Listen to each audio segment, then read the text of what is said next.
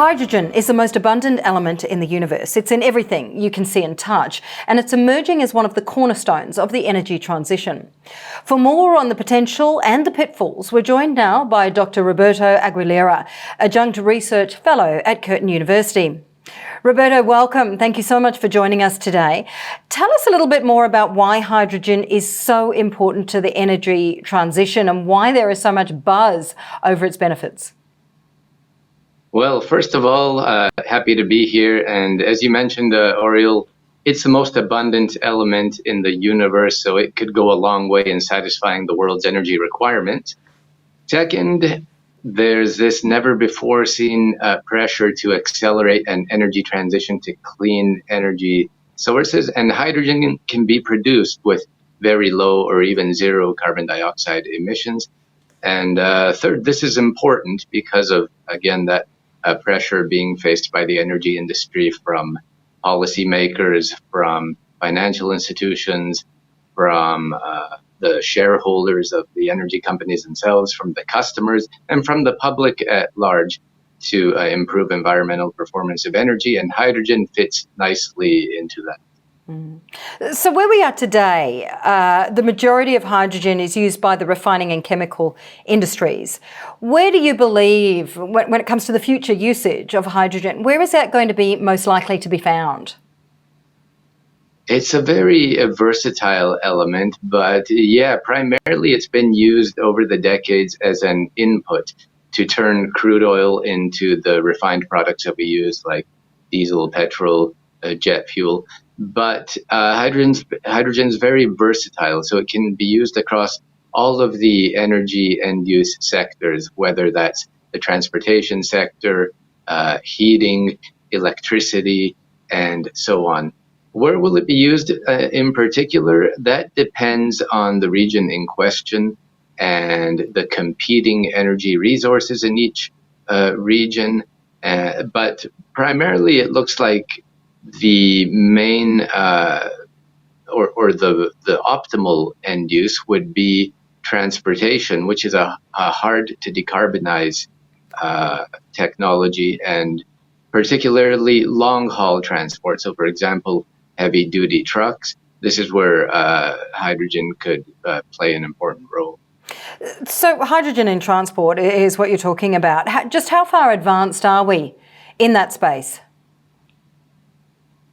Well, one of the issues for hydrogen is that it will have to compete with other energy sources. So devices that use hydrogen, like a hydrogen fuel cell vehicle, will have to compete, economically speaking, with other technologies like the electric vehicle.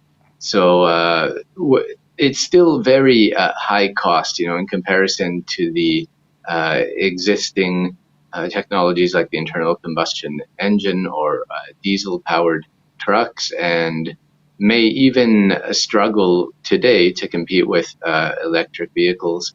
So it's got a long way to go there, but there's potential in other sectors too. The issue is, do you use the renewable energy that's sometimes used to produce hydrogen, that's applied to water to separate it into hydrogen and oxygen? Do you use that renewable potential to develop the hydrogen, or is it better to just use those renewables directly, for example, for electricity production?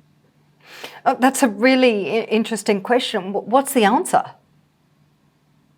Well, there's certainly efficiency losses along the way. Imagine if you're using electricity produced from solar or wind and applying the electrical current with the electrolyzer, again, to produce that hydrogen, where the byproduct is oxygen. And once you get that hydrogen, imagine using that or exporting it and turning it back into electricity.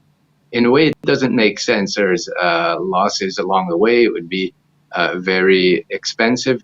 But there is a place for hydrogen. Particularly, one of the advantages is that it can be stored. So that storage is an advantage it has over renewables like solar and wind, which are typically used when those sources are available. Otherwise, the electricity from there has to be stored in large and expensive batteries. But if it can be stored in the form of hydrogen, that's one advantage, and it can be transported easily as well, either in the form of gaseous hydrogen via pipeline or liquefied hydrogen via a ship and exported. In the end, if that makes economic sense, despite the efficiency losses, it's something that could go forward. Mm. Now, Roberto, we know that hydrogen, of course, has this rainbow of colours, if you like, and not all types are created equal. Why is this so important?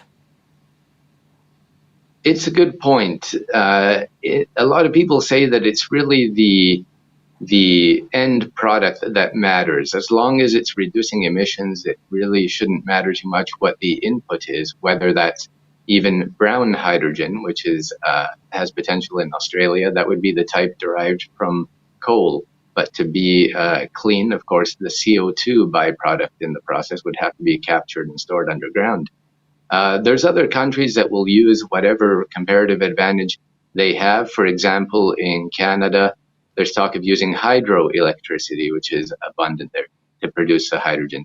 Countries that have nuclear potential might use electricity from that sector to produce the hydrogen. Australia is, fortunate in that it has the possibility to produce green hydrogen, which comes from the renewables again, or blue hydrogen, I always say has great potential. That's the natural gas-derived hydrogen, which has a competitive edge there in that it's much lower cost currently than the green hydrogen.